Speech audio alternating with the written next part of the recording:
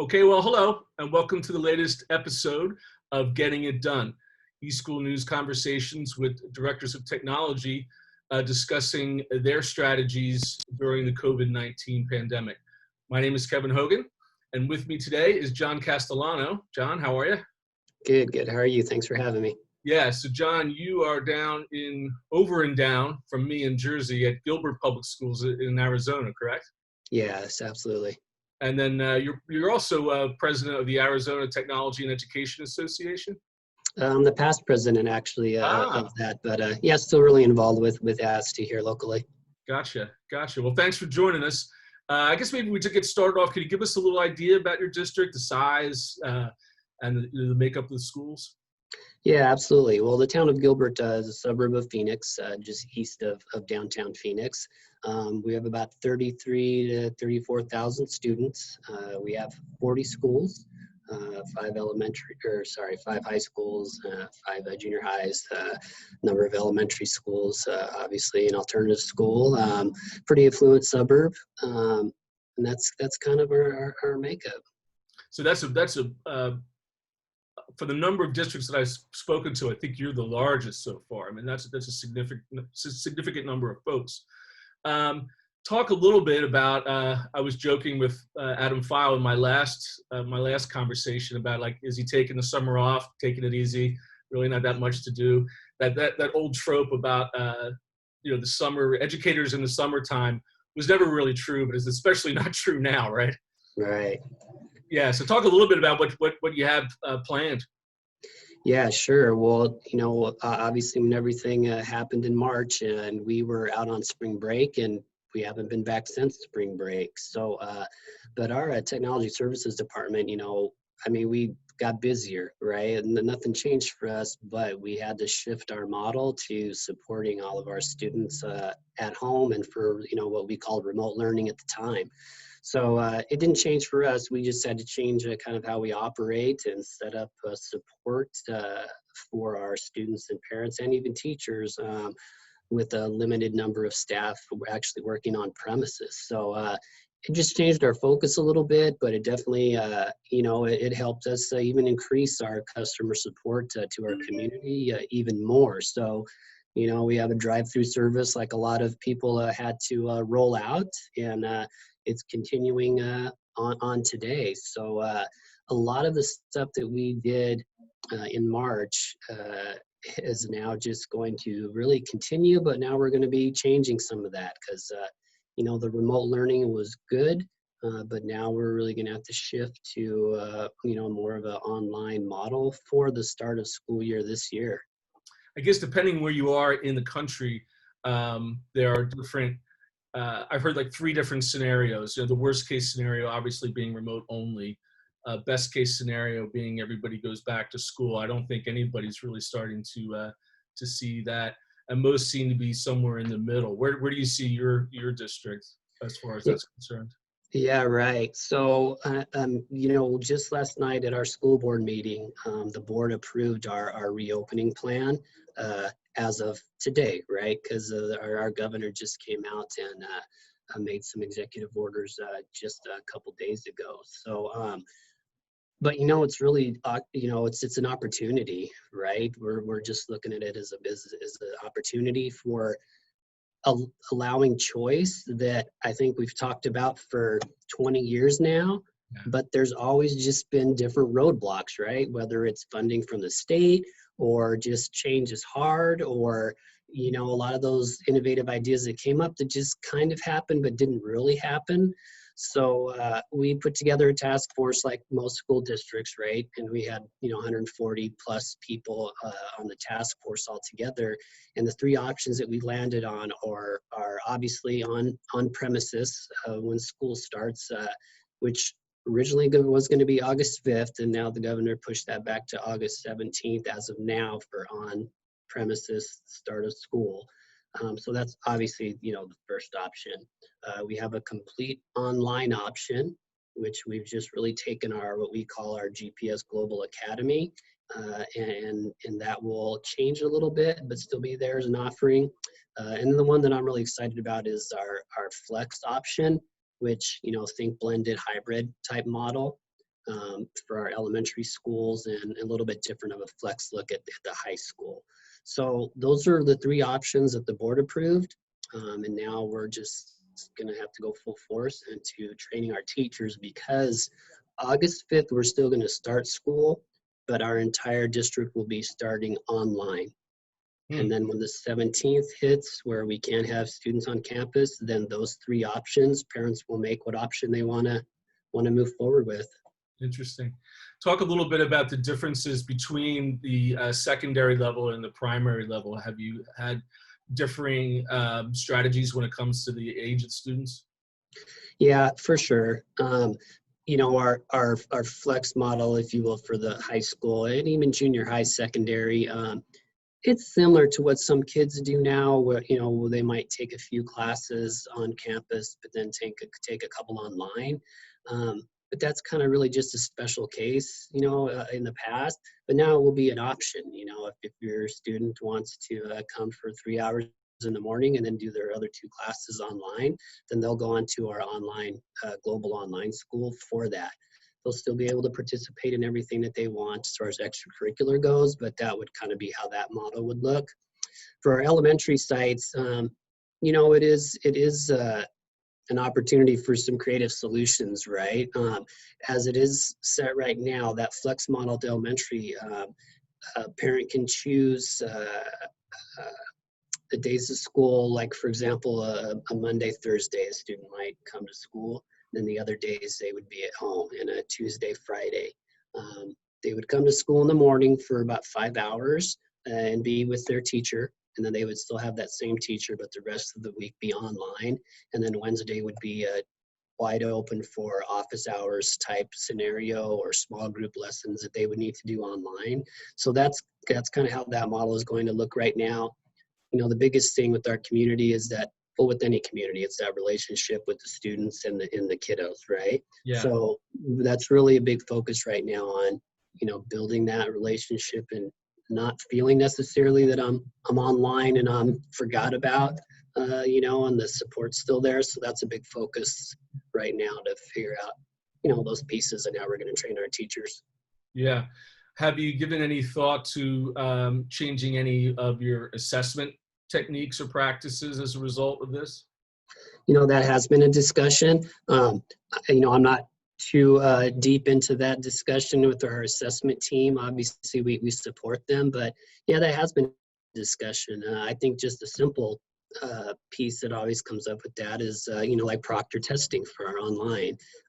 They've had that in the past. The students would have to come to the online center and they would be, but we can't, necessarily do that now. Yeah. So there's been those type of discussions. We're actually rolling out a new assessment platform this year. So that's going to be a little bit difficult right in the start of the year. But the state has also said, though, in Arizona, that you have to benchmark within the first 6 weeks of school. So that's going to be challenging for us with the new platform and getting that done. But we have a good team working on that. How about in terms of professional development for teachers? RAND Corporation just came out with a survey where a high percentage of the teachers were appreciative of the fact that they were able to connect, but had some real problems in terms of actually teaching using these tools. Right. I've heard of a number of districts who are beginning to put together online courses for the teachers this summer in order to prep them. Have you been going through any of those sort of ideas or thoughts? Oh, yeah. Yeah. Our subcommittee that I was leading was remote learning and technology, obviously. And that's our biggest task was for us to come up with a model to train our teachers. We are going to pull a lot from our experience that we had, again, back in March. We are lucky to have an integration team in my department, but we're also going to team up with the existing online teachers and use a group of them. And, we're starting at the foundational level with a new platform that none of our teachers have used besides them. So after we're done today, an email will be going out, and we have a number of opportunities for them to just get that foundational training, obviously via WebEx for that first piece of it. So, that's just an hour training, but they need that foundation, right? So that they can jump in there and get used to the platform, and it's something they haven't seen before. I mean, we have great teachers and they know how to teach, but here's some new tools, right? So we'll start with that. And we have about 75 hours of training already lined out for that. And then beyond that, we'll start kind of some instructional strategies training as well. And that will be that second piece. So is it in person? No, but we've done this because we had to in March on a large scale, and it honestly, we've listened to the feedback and it's gone pretty well. So I'm confident that we'll be able to get that done. And then it's like anything, you have to do it to get good at it, right? Yeah. Yeah, it's So funny. The one thing that I've noticed in my own experience with my own kids is a closer relationship with their teachers as a result of one-to-one Zoom meetings like this. I had guidance counselors, and we didn't have to sit for 3 hours and wait, or travel back and forth. And if you have a question, you just call up and you talk, and there is a level of intimacy there. Can you talk a little bit about your district's relationship with parents when it comes to this whole change? yeah, this is a tight-knit community to start with, right? A lot of parent involvement and a lot of community involvement with our local businesses and just everybody. It's called the town of Gilbert, even though it's bigger than a town, right? So that feels there.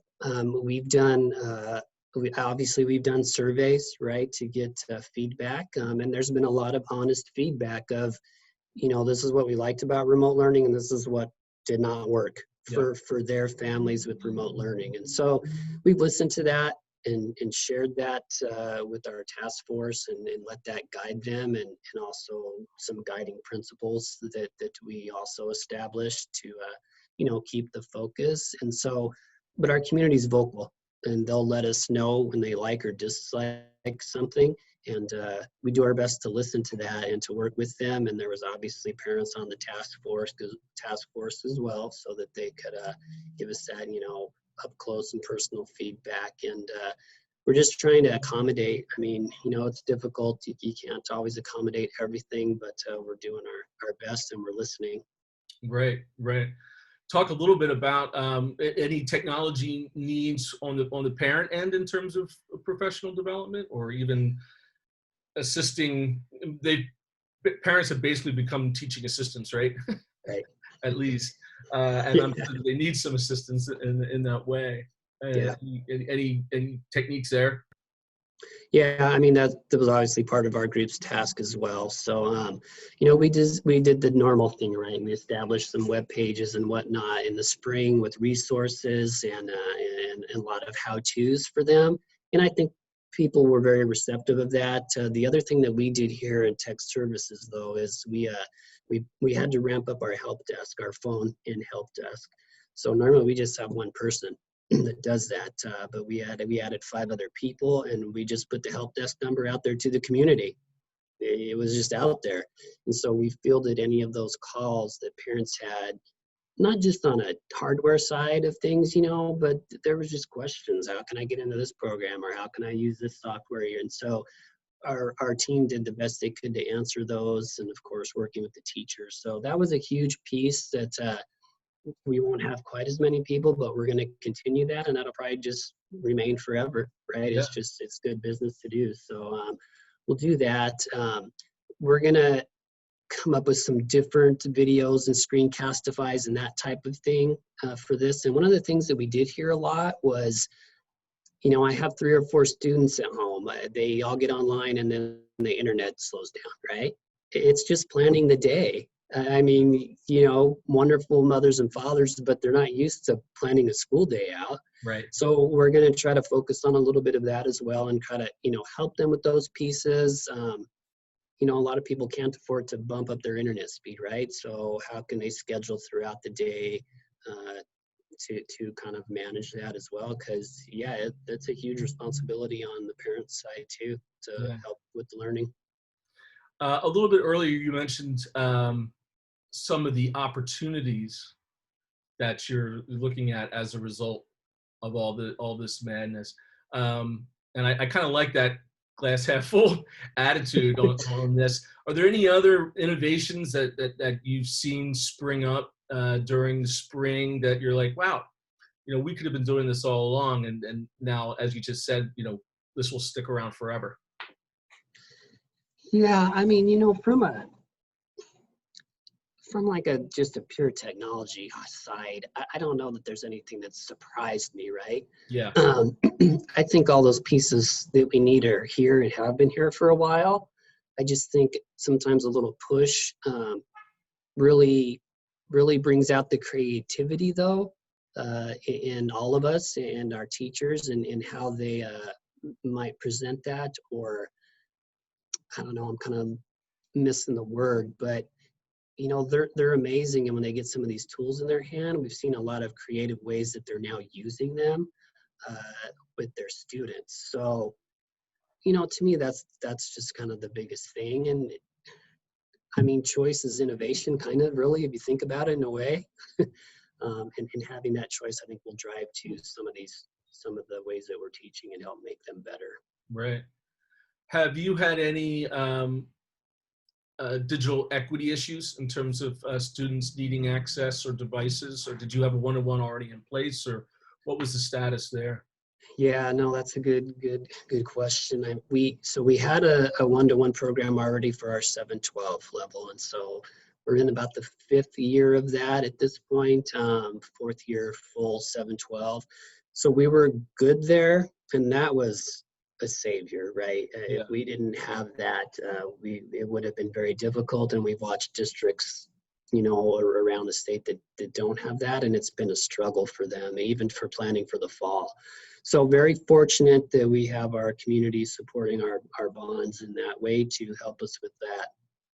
At our elementary level, a little bit different. It's not a one-to-one program, right? But we have close to a one-to-one ratio at our elementary schools. So we worked closely with our elementary schools for any parents or any families that needed loaner devices. And so, we said one loaner device to every 2 students, if they weren't obviously in secondary. And our schools, we provided them with the asset management software app on their phones to check those out, because we're just too big to everyone go to tech services, right? We would never be able to handle it. So we trained them on how to check in and check out devices that all ran through the schools. We had about 4,000 devices that were loaned out. And I think we're going to have more now in the fall when we roll that back around. So, but still, we need to refresh those devices too. A lot of those devices are getting to where they're end of life. So, we're going to have to be creative moving forward with that, so we can stay ahead of the game.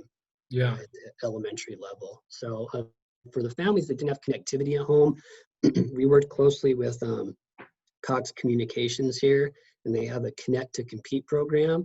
So I worked with our Title I person and our SEL person, and they really mobilized our counselors and our social workers at the schools. And they were the ones that they know what families need help at their schools. So they were able to reach out to those families, and some of them did some surveys to see, if they needed help. And they really kind of took that and ran with it. So in the fall, the only thing that we'll add is we have to have a hotspot alternative, because we do have some areas that Cox doesn't service. Okay. So those will be the two options for them if they don't have connectivity. Gotcha. Anything else? I mean, anything that I'm missing in terms of a list of what's on your priority list looking at the fall?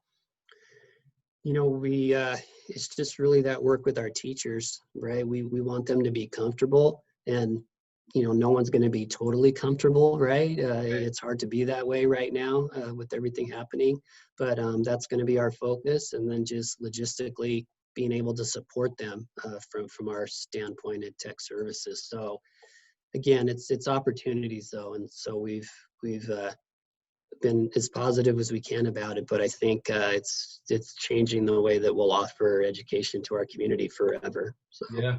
Yeah. I guess that is a question about, because when we would have these conversations back before the pandemic, and we talk about Mm. getting teacher buy-in for the use of a lot of this stuff.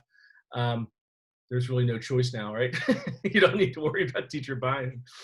No, I mean, it's here. And you know, what's crazy though is that, you know, everyone can step up when they have to. And when you have good people, it makes it that much easier. And the focus is the students. I think everyone knows that. And so we're going to do whatever it takes to support them. Yeah, that's great. Well, Yeah. John, thanks so much for your time. I really appreciate it. And Yeah. Thanks. thanks everybody for watching. All right. Thank you, Kev.